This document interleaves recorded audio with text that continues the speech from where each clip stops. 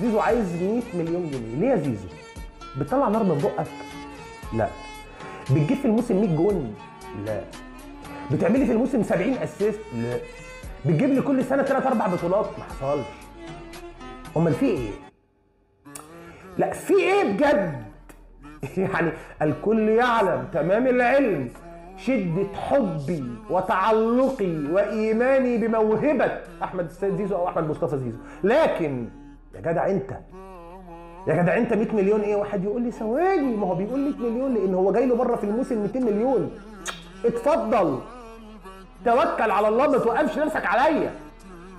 أنا ما معيش أديك 100 مليون أصلاً. الزمالك وصل مع زيزو انه 45 مليون او 50 مليون و10 اجيبهم لك اعلانات 60. الزمالك اخره مع زيزو 60 مليون وكتير قوي. حد يقول لي كتير على زيزو 60 مليون؟ كتير على اي لاعب مصري بيلعب في الدوري المصري 30 مليون جنيه. انت عارف يعني ايه ان زيزو عايز 60؟ يعني زيزو هياخد اكتر من كل نجوم الاهلي اللي فيهم لعيبه واخده 5 دوري ابطال، ولاعيبه واخده 4 دوري ابطال، ولاعيبه واخده 3 دوري ابطال، ولاعيبه واخده 2 دوري ابطال، وما معهوش ولا دوري، ما جابليش ولا دوري ابطال. واحد يقول لي ما هو عشان المجموعه اللي حواليه مش مريحاه ومش قادره تخرج يا باشا يروح بقى يخرج امكانياته. يروح يخرج من السنه دي تاني. انما انت ما تحسسنيش انك قاعد يا باشا مغصوب على 100 مليون. ايه يا زيزو اللي انت عايزها؟ هو انا بجدد لميسي 100 مليون؟ 100 مليون جنيه في الموسم؟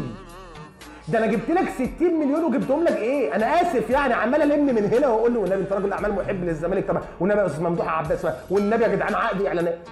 بجمع لك 60 مليون فوق طاقتي، انت تطلب 100؟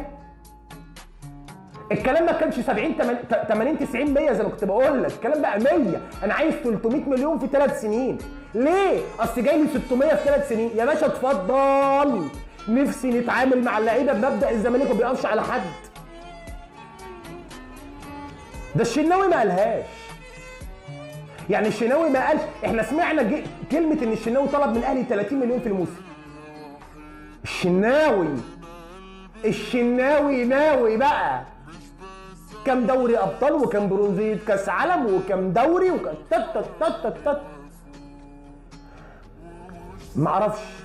انا ما اعرفش. زيزو عايز ياخد اكتر من اللعيبه اللي معاه 5 دوري ابطال واللي معاه 4 دوري ابطال واللي معاه 3 دوري ابطال مجتمعين مع بعض. فانا مش فاهم بقى يا جماعه ده ايه بصراحه. مش فاهم، غريبه بالنسبه لي، غريبه جدا بالنسبه لي دي.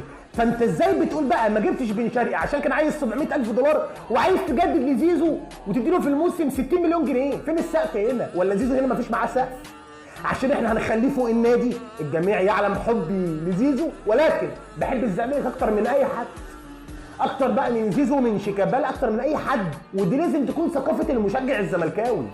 ما تركبش حد على النادي.